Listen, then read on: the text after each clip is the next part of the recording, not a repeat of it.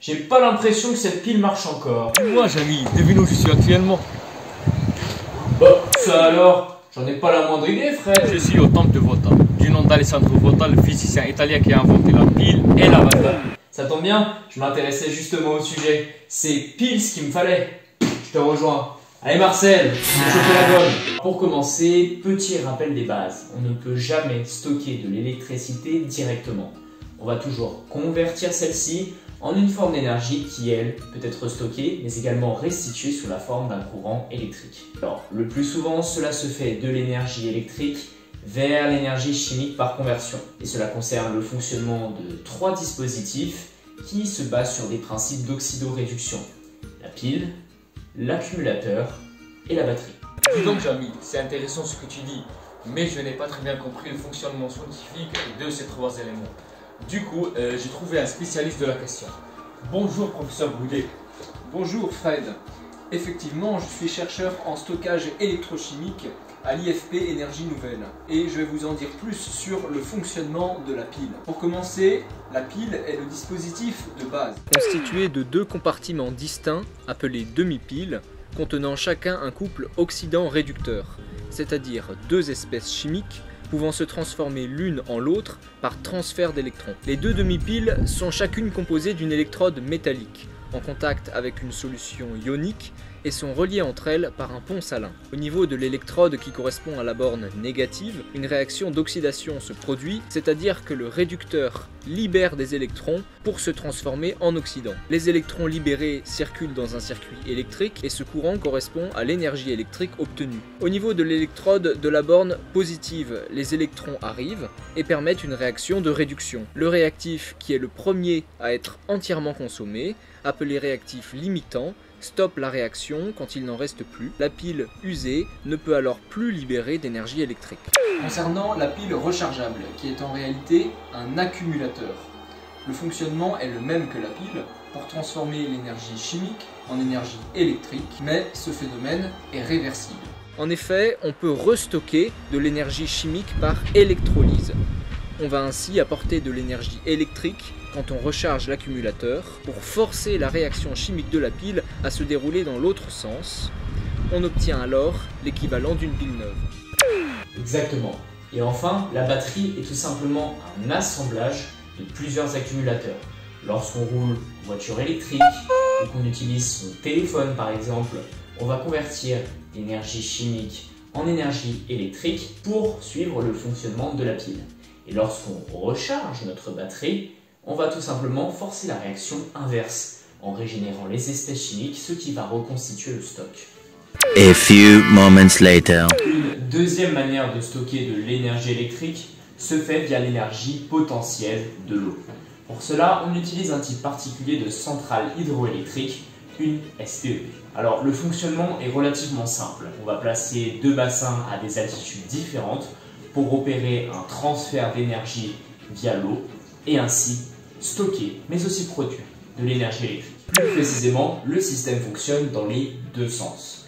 Lorsqu'on observe un surplus de production électrique au niveau du réseau d'alimentation, on va mettre en marche une pompe qui va restituer l'eau du bassin en aval vers le bassin en amont. Ainsi, on obtient une réserve d'énergie électrique sous forme potentielle, inépuisable, car constamment renouvelée. Et évidemment, lorsqu'on veut opérer l'action inverse, car il y a cette fois-ci trop peu d'énergie électrique en circulation sur le réseau, eh bien la pompe va laisser place à une turbine qui va emmagasiner l'eau du bassin qui descend en aval. Cette turbine va entraîner un alternateur qui, je le rappelle, est constitué d'un aimant rotatif, le rotor, et d'une bobine fixe, le stator. Et la mise en marche de cet alternateur va produire un courant alternatif qui va pouvoir être distribué sur le réseau électrique via un transformateur. Elles sont utilisées pour la première fois en Suisse et en Italie, dans les années 1890. Cependant, elles se sont véritablement développées dans la décennie 70 pour optimiser le fonctionnement des centrales électriques thermiques et nucléaires, en permettant plus particulièrement de répondre à la demande fluctuante en électricité. Elles sont d'autant plus utilisées aujourd'hui avec le développement de la production d'énergie électrique via des sources renouvelables intermittentes. En effet, lorsque la condition météorologique entraîne une surproduction par rapport à la demande, l'énergie en plus peut être récupérée par les steppes pour la stocker. Cette manière de stocker de l'énergie électrique permet un rendement très élevé, avoisinant en règle générale les 80%. Aide à la transition énergétique en mobilisant une ressource renouvelable et non polluante. La puissance de la centrale dépend de la hauteur de la chute d'eau, soit de l'altitude qui sépare le bassin inférieur du bassin supérieur ainsi que du débit de l'eau. 3 days later.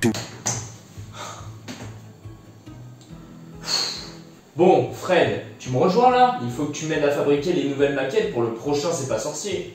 Ami, je ne suis plus au temple de Volta.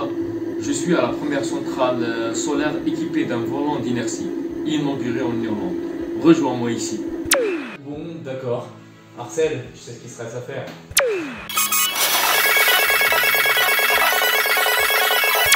Connaissez-vous le volant d'inertie, cette manière de stocker de l'énergie électrique via l'énergie cinétique? Un volant d'inertie, c'est un disque de taille conséquente qui tourne à vitesse constante. Lorsqu'on veut transformer de l'énergie électrique en cinétique pour stocker de l'électricité, on va tout simplement passer par un moteur qui va opérer la conversion, puis l'énergie cinétique ainsi transformée va mettre en rotation le volant d'inertie.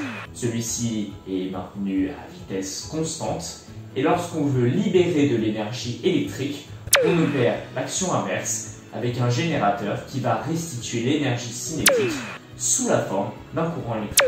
C'est génial ça. Pourquoi est-ce qu'on n'en construit pas partout? Bonne question. Eh bien, c'est plus compliqué que ça en a l'air. Certes, cette méthode paraît en apparence attractive. Le volant d'inertie permet de restituer et d'emmagasiner l'énergie en quelques millisecondes. De plus, il a un rendement plutôt élevé, entre 85 et 95% de l'énergie emmagasinée peut être restituée à cause du peu de frottement, mais aussi il a une durée de vie plutôt élevée. Il y a peu d'usure mécanique. Alors, quel est le problème? Eh bien, tout d'abord, malgré son rendement très élevé, il a une faible capacité de stockage, ce qui fait que ce n'est en définitive pas très rentable. Mais le principal problème réside dans le coût des installations qui est très élevé. En effet, fabriquer un volant d'inertie demande non seulement des matériaux composites relativement rares, mais aussi une installation protégée, un environnement contrôlé pour éviter 1. Les frottements et surtout 2. Les incidents.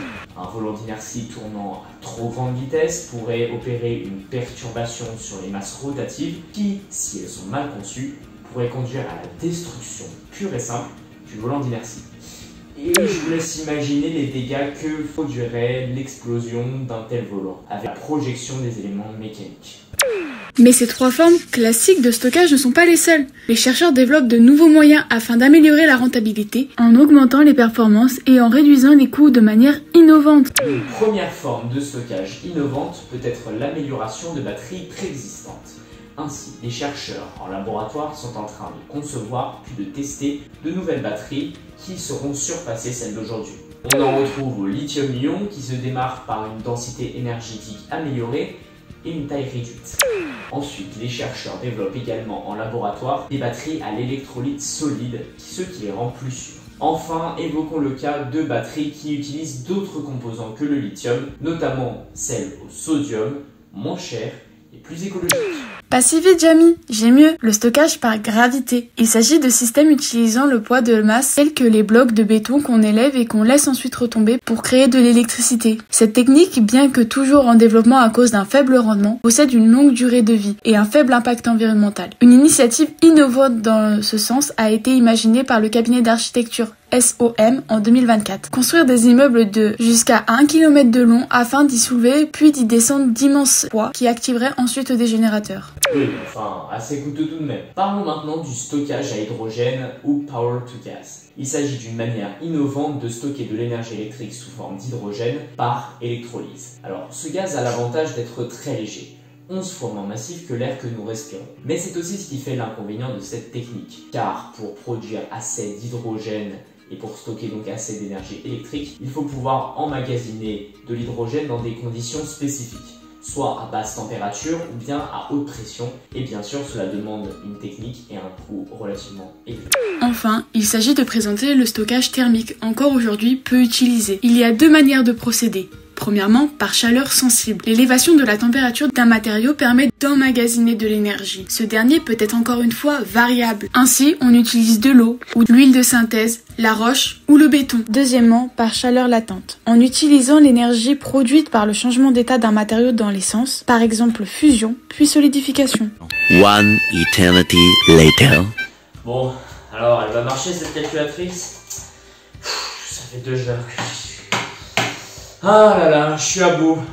Il faut que je me recharge les idées. Allez Marcel, on rentre à la maison.